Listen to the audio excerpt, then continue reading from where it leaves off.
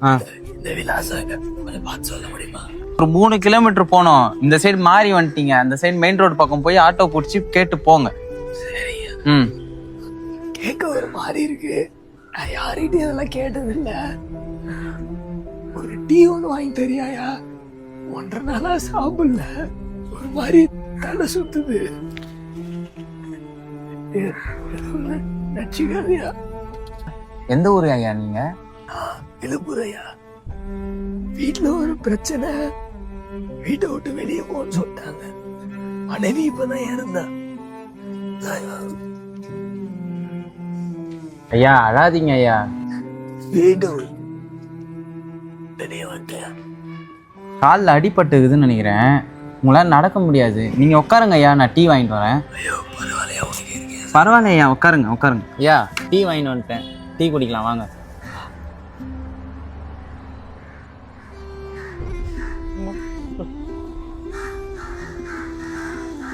நீ இன்னொரு உதவி பண்ண முடியுமாயா?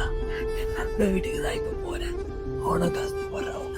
அவனுக்கு ஏதாவது காசு தந்தா நல்லா இருக்கும். என் மனைவியோட பட்டு புடவை இருக்கு. அதை வித்து ஏதாவது காசு வாங்கி தர முடியுமாயா? வாங்க ஐயா, நான் வித்து தரேன். எனக்கு ஒரு இடம் தெரியும்.